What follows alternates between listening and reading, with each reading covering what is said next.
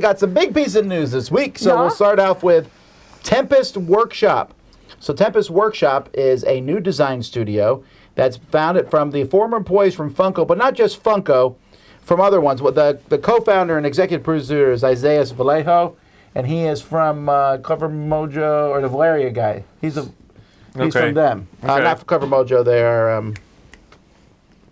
You talking about the people, the Force Prison Creative, whatever those people are? What's that group called? Prospero Hall. Prospero Hall, yes. Yeah, so Chris Rowlands is definitely from them, and there's like 9 other people. So it's a group of 12 people. Okay. So there's 3 co-founders and then 9 other people. They don't tell you a whole lot. They did say, they had their whole founding statement. They're going to make great games. They're going to make human games, blah, blah, blah. From human games? What is a human No, game? like an emphasis on people rather than... It's what you say when you want people to buy your games. I'm not like trying to downplay it as much, but it's like... I read the announcement and it was very much like, it reads like, I don't know, like a company statement. You know what I mean? That whole like, we make games, like, we like to prioritize the fun, the human element. Oh. And, you know what I mean? It's like, yes. Got it. Where's the company that says, we want to prioritize our profits and how we can split up games and sell it to you multiple times. Right. No one's going to say that. Right. Sure. Yeah. And if you do, I'll support you.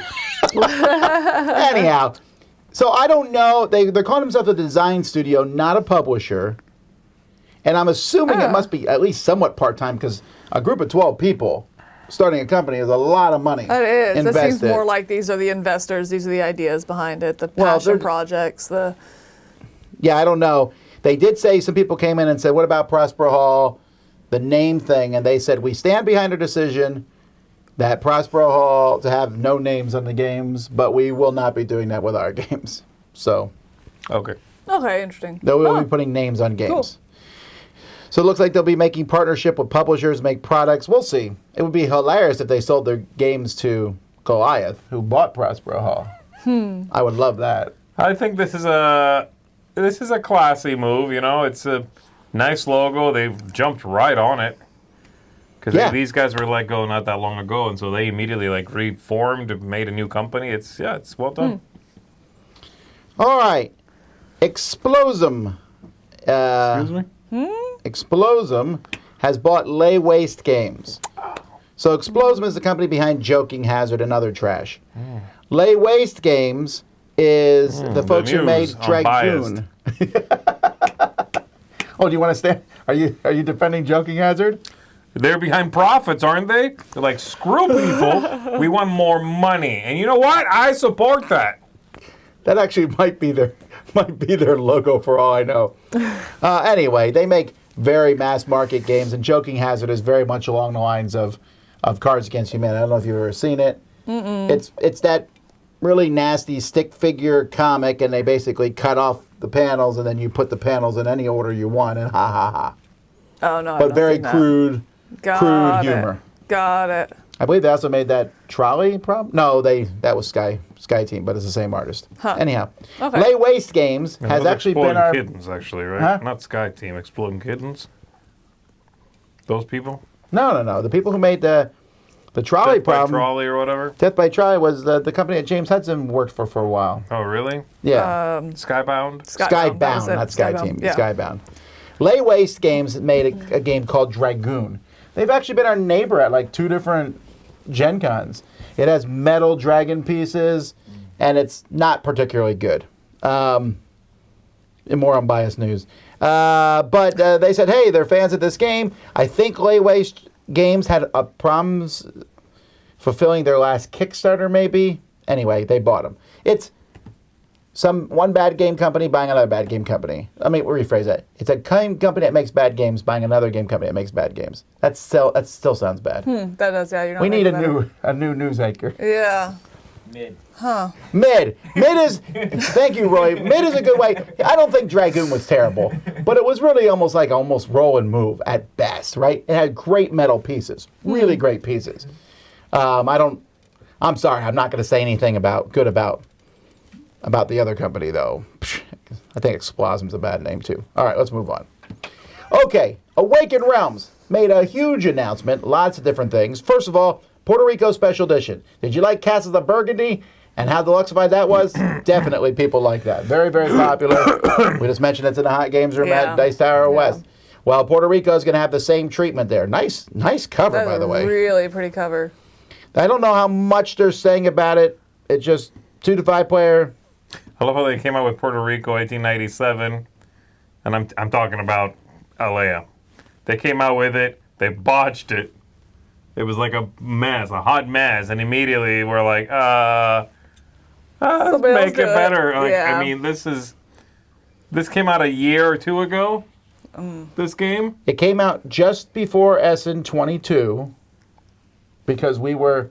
Yeah, and they it had was a few like, copies there. and immediately they were like, oh yeah, there's printing mistakes, there's problems, there's issues, you know, and then that's irrelevant now because these guys are going to put it out, and I'm pretty sure the quality control is going to be there. Mm-hmm. Well, they have that history to back, like you just said, just with the Castles of Burgundy. Ridiculous. I'm looking forward to this because I love Puerto Rico, so it'd be fun to see a nice version of it. Sure. Grim Coven. I'm assuming you are interested in this theme here. I am. This is a boss battler. I listened to them talk about it for about 5 minutes. Yeah, it's a boss battler, very obviously grim, dark, or whatever kind of setting in which it really is about those fights. There's not so much of an overreaching story. It's not that back and forth like an Oathsworn. You pick a boss, you pick your people, you pick an arena, and you go to town fighting. That's it. It's also 2 to 3 hours, they said, which sounds kind of long for me for just a boss battler part, but it is what it is. It looks good, though. That cover is amazing. That cover is so good. Yeah, it's a really neat setting. It sounds like they're just focusing on the boss battling part. And it's not a campaign. It's a one-off. One-off. So every time you want to have a boss battle, you pick a boss and your people and your world, your setting, and bam. Who is this? This is from the same people who are Awaken putting Realms. out... What? Yeah. Oh. Now, did they mention if this one... I'm assuming these are all going to be GameFound projects? Oh, yeah. So, okay, oh, that's sure. right. Yeah. Oh, that's a bummer. So these aren't coming out this year then. All right, Lands of Evershade. This says, it may be one of the most advanced adventure board games from Awaken Realms. Co-op solo journey. I hope by advanced they mean in-depth. I mean, I already feel like both Tainted Grail and the Going Into People's Dreams one. Etherfields.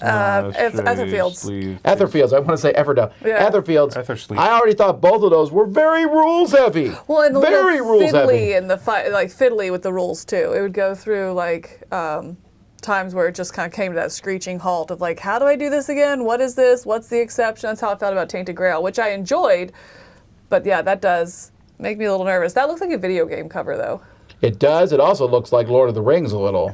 Like, are they looking at the two tower? Like the one tower there? Yeah, the one tower. Well, there's two towers. Yeah. Shut up. All right, next. That was Awaken Realm stuff. Now let's jump to Hasbro. So Hasbro has a game coming from... Yes, Tom, yes. Eric Lang called Life in Rotera, which Eric Lang is describing as a mass market / hobby game crossover. Okay. For the first time, even though we are in the year 2024 and I could list you 100 games that have done that, so but welcoming? whatever. He's saying it's a lot. No, what he said was that he considers this to be the first, and I might be even paraphrasing erroneously You're not. The first lifestyle mass market game. I don't even know what that means. That means you can keep playing, and become a gamer, but you don't have to become a gamer to become a gamer who plays a game all the time. Okay, you just said a bunch of words. So this is like... It's like a lifestyle game. The replayability and the depth and the interest is going to be there, but it'll be easy to play, and the depth is actually going to be light, but also deep. And it's going to be, you're going to get into it, but you're not going to get into it, so you can go about your life. I like the cover. Look. The fact is, did I do that justice? I think I'm you tried. Look, there's already people. I don't understand these comments because Ticket to Ride already exists and Catan exists. Ticket to Ride is crap, okay? This is Rera. I don't know that the name is going to attract people. Anyway, I looked at this game and I thought, if I showed this to a casual person, someone who doesn't play board games, just that picture, they would be really overwhelmed. I look at that picture and think, there's a lot going on in this game. Sure. Yeah. And I assume there is a lot going on in this game, and the rules are just not too difficult compared to hobby games, but I mean, the game sounds interesting. I'm definitely going to try to play it. I like the tile laying thing. I like what's going on. It's a cool theme. It's a cool setting. I'm digging it. And it's coming out from Hasbro, too. And it's coming out April 22nd from Target, so not too far away. Awesome. Like, I will get a copy of this. Exclusive Target. Sorry, Canada. Yeah. Nobody, no. Mm-hmm. Actually, it's available in French now. Isn't Eric Lang Canadian? Yeah. So why would he do that to his own people? Anyway, we'll see. Maybe the game's good, maybe it's not. I'm very doubtful it's going to be converting casual gamers en masse into lifestyle gamers. That doesn't make any sense to me. Because, again, games have been doing that for the past 50 years. Yeah. This definitely looks good, and I really am going to be there early on to get a copy because I want to check it out. But the mission statement is kind of what was a little bit weird and sounded highfalutin and sort of, again, a little nebulous. And when did you say it comes out to retail? April 22nd. Oh, it's so far away. There's so many other games we can play in between. Yeah, what am I supposed to do? How am I supposed to reinvigorate the hobby, Tom, before Rera comes out? I need a lifestyle now. All right, well, let's take a look at... The right ain't going to do it. This week we played Ascending Empires from new company Play to Zee from Zev Schlesinger. And he has a couple other games that they've announced. So one is King's Coalition, which is it was another game that was originally going to come out from WizKids, but now it's been shifted over to Play to Zee. Okay. A 2 to 5 player game, and you are drafting cards, discarding cards, but you're trying not to give someone else the exact card. It sounds a little like Fantasy Realms. You're trying to not give somebody else the same card, you said? Yeah, you don't want to give someone a card they need when you're discarding a card. You're drafting a card that will help you and discarding one, but hopefully not want to help somebody else. It does sound like... That's very Fantasy Realms. Yeah. And in fact, it even looks, I see points on the cards maybe. It kind of looks like Fantasy Realms, yeah. Does Zev or the company at large say anything about this, maybe revitalizing the hobby or changing who can and cannot play board games? They did not. Okay. I do not know when this is coming out. It says a 2024 release, so I would imagine it's not going to Kickstarter. Also, a game from them, from Bradley Davis, called Lynx. So this here is a historical game where you are an 18th century fur trapper. That's an interesting perspective. And you are exploiting the lynx hair cycle and trying to outwit other ones. So you're trying to get these different pelts and sell them at the highest prices to pay off your debt. Maybe they'll get lucky. Play to Zee might get lucky because you know that occasionally what's the company that goes crazy? PETA? Yeah, PETA. They might yell about this game and then you'll sell more copies. Oh, because PETA once did the thing where, remember, they went after Games Workshop? Oh, yeah. Because you haven't heard about this? No, what? The Space Marines were wearing wolf pelts. So from the year 40,000, they were wearing wolf pelts, and PETA was like, no. In a fantasy universe. But oh my God. It's just so PETA stays relevant. And, Games Workshop's like, yes. No, because PETA does it all the time. They do really outrageous things just to, I think. Make the news. Yeah, make the news. Yeah, so maybe they'll go after this. That would be actually we ought to send an email to them. That'd be good. That would put this hot tip. Check this out. We got your back. I love the art, by the way, in this game. That cover looks really cool. That's an interesting perspective. That's caught me right off the bat. You would never think that when you saw that on the shelf, Lake, you're like, I wonder what this game's about. Turn it over and it just shows the skin, the skin fur. So it's about skinning them. Huh. All right. Lifeboat is one of the meanest games ever made. Correct. And that's not an exaggeration. But it's cute. It's mean. And they're remaking it. Broadway Games is remaking this game. So if you never played it, we're going to do this at some point as a Catch-A-Palooza. But we're all going to shake hands and hug before the game because afterwards... What about after? I don't know. We have to go to Robert Is Here or something and get some My shakes. word. You'll pretend to be mad no matter what. Like, the only thing that makes me happy is Robert Is Here. Fine, I'll come to work tomorrow if you give me Robert Is Here. All right, this one I'm very excited about. Pandasaurus is re-releasing Finca. And at that top corner, Mike told me that is some of the artwork for the cover from Dutrait. If you've never played Finca, it is a rondel game where you're moving these people around this rondel in the middle, and then wherever you land, depending on how many people are there, you get a bunch of fruit. And then you turn that fruit in to contracts on the board and get points. It is, it's a cozy game. It really is this kind of just chill game where you're collecting fruit and turning it in. There's not a lot more to it. The game is not complicated at all. This is very much a definition of a welcoming game. And I thought the version, which Rio Grande / whoever did it, I thought it was nice. Has a bunch of wooden fruit in it. Pandasar is having it. That's cool. That's neat. So that image we're seeing there is the old The bottom version. one's the old one. The top one is the new cover, I guess. Yeah, it's not, it was never a looker. It had that usual handsome Gluck look, you know, but it was never one I played. Actually, that one got by me. But Well, you never played Finca. I never did. But it was definitely one of those that people, now that it's dried up, and for a few years, people have been like, reprint Finca. Somebody reprint Finca. So. Interesting, the art up there, you said it was by Dutray, but it kind of reminds me of the one from Meadow. Can't think of her name, the artist in that one. But it Really? looks like it jumps out as Dutray to me, yeah. Yeah, like, so you have these 3 guys on that wheel, and this number of spaces they move is number of people that are in their spot. Oh, that's Which is interesting. Mancala, right? Yeah, and you're just Kind of. moving them around and then collecting fruit. And the fruit is all these little meatballs and stuff, which I'll replace with actual little fruits. Yeah, I like it.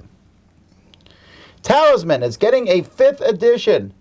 Talisman is 41 years old, and it is 17 years after the last edition, which when I heard that, I said, no way. I distinctly remember reviewing this game and then realized I'm old.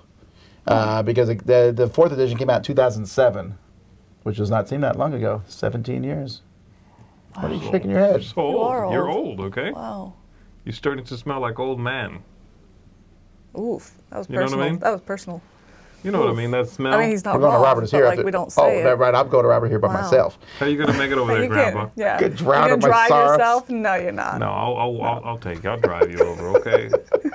Anyway, it sounds like they're changing the art. What The art else looks did they awesome say? on this, I think. I really like that cover. Is this game straight fire? This is the new one? Or I the hate old Talisman one? with a passion. There it is. This is the new one or the old one? This is the new one. This is the new one. Yeah, this is the new one. I just wanted Tom to say, to not, this whole unbiased just reporting the news thing. We never said that. Nah, okay? Nah, I'm not about that. This game is trash and Tom hates it. Watch out, you're gonna get turned into a frog. Anyway, This is the one where you might die like the first turn? no. What am I thinking It's not of? that You're bad. thinking You can of get out of Dungeon it. Quest. What is it? Dungeon Quest, yes. Yeah. No, Talisman is the game that can last, and I'm not exaggerating, 4 hours. You roll a die on your turn, and then you decide which direction you're going to go. I like It's that. roll a move on these inner tracks, and eventually you get to a space that lets you go to the upper track, and then you go and then you get to the middle, and then you get a talisman. But meanwhile, you can fall back down. You fight monsters. You'll So land on it's a Chutes monster. and Ladders. It is, but it's more fun because you can land on a space to fight a monster, and you draw a card, which could be a little goblin or a dragon. It is completely random. It is one of the most random games I've ever played, and yet people love it. How's it better than Chutes and Ladders? He was being facetious. Oh, I see. It's fantasy. I think it's better than Chutes and Ladders because you can choose which direction you can go with the die It's roll. also much longer. Which than which makes Chutes it and stay Ladders, longer. Oh, that's true. though. Yeah. Would you come like on, it better if you could die on the first turn? Yes. You can also attack the other players and wreck them. So. Yeah, it's. Oh, yeah, that's right. You can get turned into a frog. I remember that too. There's and then they added expansions to make it longer and have more things to it. So, anyhow, it's a new edition coming out in July. It says launching in July. I don't know what that means. Launching in July? It's coming from Avalon Hill. So it's got to be just that means releasing. I think. Yeah, kind of there. It says it will maintain what diehard fans know and love about the game, but features stunning artwork, redesigned figures, and more streamlined and accessible gameplay. What do they mean by more streamlined? Now you roll die, you only go one direction. You know? Yeah. No. The choice was really what was holding this game back. This whole you can go either way thing? No. Also, this is from Hasbro technically as well. Because of Avalon Hill. Yeah. All right. Another game that has changed companies, as far as I can tell here, is Survive the Island. This is Survive from Julian Cortland Smith, which Stronghold Games published in 2012. And so now... The original one's from the 80s. Yes, Asmodee has it. Zygomatic is releasing it at the Spiel this year. And it said they want us to notice that in the top right-hand corner there is a kaiju. That's right. So this is cool and all, and That's I neat. don't know that I love this cover. It seems a little busy, but I like it. I think the busy stuff are little, like clearly you look at it and you see the two people and then you start noticing the shark and then the volcano and then the kaiju and the, so Yeah. I actually like it. I think there's a lot going on, but in the longer you look at it, the more you see kind of way, like the dragon and the little flame tail, yeah, so I like it. This is Zygomatic or whatever company. Are they a new studio? I never heard of them before. I believe they've done some like basic. I think they're like Zygomatic, Asmodee. Let's see if I can find them. Zygomatic Games. Their mission.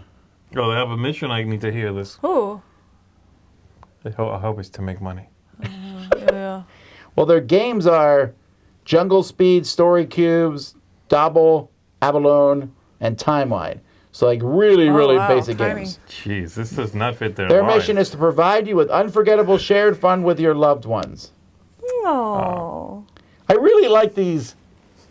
I don't mind these mission statements. It's just that mission statement could go under almost every board game yeah. company on earth. What's our mission statement? To provide people with unforgettable. Opinions? Unforgettable news coverage. I actually did write out a mission That's what it statement at is, one point. You know? To provide families with unforgettable, unbiased news coverage. Wow, I really felt that. So here's what I'm curious about. I can't figure it out from here. This is coming out at Spiel. So does Asmodee have the rights for this outside North America, or does Stronghold no longer have the rights? Because that's a big deal, because I know that this was one of their best-selling games ever. I'm guessing they So, don't have the rights anymore. ones they It's had- out of print, I'm guessing. Was it Survive the Island, or what was the It was original just called game? Survive. Okay, is this different than that, like Survive Atlantis? It's the same game It's again. the same, yeah. it's just a different, okay, got it. So it's Survive. Survive Atlantis is an old printing of it, I believe. Okay, And then this is Survive the Islands. The same So game. It's same all based game, on the just same a different- system. okay, And they I see. changed the baddies and stuff. Yeah. interesting. I think this is cute. All right, Capstone Games is bringing out a new version of Bus. That's like, just, oh, I see coming, or arriving soon. Yeah, it's arriving soon. Bus is The from bus is Squatter. arriving soon. But I mean, that's not like the cover, right? I get it. Get it. Go ahead, tell me more. All right, that's all I have to tell you. Originally from Squatter, one of their better-looking games. Splatter has an otter in the logo. What? She knew this last time we. Oh yeah, that's right. There we go. All right. So you're gonna love I this was game, reading, okay? yeah. And after this, Yeah. You're gonna- Donkey Town. What's that one What? called with Why? the donkey? Roads and boats. Speaking of that, sad news here. No. Surfasaurus Max is coming to America, Oh my gosh! and I they saw changed the theme to fruit. What? It's called Why? Combo. Now, don't get me wrong. I think that combo, that cover, and that has a good look to That's a it. pineapple. I like But that. what on earth? The original game was called Surfasaurus Max, which was a ridiculous, stupid theme. It's a fun game. And now it's called Combo? I'm keeping my copy, thank you. this. The problem, I Wow. don't know why they did this. What I read was that they did it in order to get away from poker being mentioned. I guess in the original game they mention poker, Sure. and they wanted to get away from that connotation of gambling. A lot of people are not going to be interested in that. You know, you can use this now in like school groups or whatever. Great. Why the switch from such a cool, ridiculous, memorable theme to this utterly forgettable title? Oh, I know why. I guess- The mission statement. Jeez. What is the mission statement? Make a lot of money. Yes, I support Happy Camper and everything they do. What does Surfasaurus Max have to do with poker? Like, yeah, it's a I don't rule, know but then that. just take that rule Right, out. that's what I'm Like saying. You the just theme take in the the rule. rule I agree doesn't 100%. match. Combo is a objectively boring and forgettable name. I'm sorry. Yeah. I love that cover. I think it's a gorgeous really piece of think it's a cool artwork. cover. But come on, your game is. It doesn't even have anything to do with fruit at first glance. Combo? yeah. That's because you like, when you're sitting there with fruit, I'm like, all right, stick two in your mouth at the same time. I've never done that. What? You never had a fruit Never salad? had fruit salad? I don't think so. This makes me really sad. No, you know what makes me sad? What? Happy Camper's mission statement. I'm gonna make you a Wait, you fruit never had fruit salad. salad, like, ever? I might have had it out of a can. No, you like that stuff when I make that. It's not in a can, it's what's terrible. that white dip that I brought in that one time? You know, That wasn't the one. fruit salad. That No, was it just wasn't. sugar. No, as I'm saying though, it had fruit, and you did because you like got 2 of them in your mouth. If we're doing that, then every drink you drink counts because I'm they're saying mixed. he puts 2 in his mouth at one time because there was a strawberry and there was a blueberry my or something word. like that. Yes, you Yeah. have. Ah! Yeah, you did. Yeah. I always Oh double my dip, and by that I gosh. mean at the same Thank time. you, Mike, for dip. putting the wiggles back in things. John says they Dip. should have called it combos and made it the pretzel and cheese. I thing. agree. Yeah, there Okay, you get that go. sponsorship. Get that sponsorship.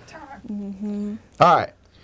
And finally, speaking of, our motto is make more money. Ticket to Ride. What So is Ticket to that? Ride is going to be licensing everything. It's, according to their licensing manager, creating a comprehensive range of projects that allows fans to enjoy their favorite game, both on and off the tabletop, was a clear focus. This is the mission blah, statement I blah, can blah, get blah, behind. blah. We want money. This is a mission statement I can get behind, okay? So here's what you can get so far. This is kicking it off. A limited edition metal collectible, including a Ticket to Ride North American Open Tour ticket, which you see there, What is it? Why? What do and you a do with collectible it? train coin. You stick it on your wall. And give it to Goodwill Are you in like kidding 5 me? years. These beautiful renditions of classic designs from the game make brilliant trophies or home decorations for fan of the game series. Are you kidding me? What? Oh, Really? wait, there's more. A cookbook. It's the next slide, right? The cookbook. So Yo. No. there's a Yo. digital Ticket to Ride. Oh, this is they're pushing their digital Ticket to Ride game, which, by the way, has been getting not as positive reviews as you might believe. They're going to have Ticket to Ride apparel, and in April, they're going to release Ticket to Ride, the official cookbook, featuring dining car menus inspired by your favorite destinations throughout the United States and Canada. Mike DeLisio showed us one in the bottom corner. So, it made her weep. It made her weep. This is Thanks a lot, Ticket to Ride. ridiculous. Seriously, a cookbook Thank you, Mike. and a plaque for the wall. This is wild. Well, remember, Catan was doing this for a while. Get socks, get this, They get made that. candy, right? Didn't Catan make candy? They- Also, they were Meeple, making or- so many that's things. Carcassonne. Carcassonne made Meeple No, candy. that wasn't Carcassonne. That was just someone stealing the meatballs and making Is candy. that what it is? Yeah. Okay, I don't know. This seems dumb. I'm sorry. This is dumb because there's not like food in the game. It's not. I know. For example, my son really at one point really wanted like the Harry Potter cookbook, but that's because it talks about food in the book Sure. and the world and the movies. It's like this makes no sense. You're making something to put in the game that's not there, so you can pull it out of the game so you can sell it. I agree. I Like, mean, this is...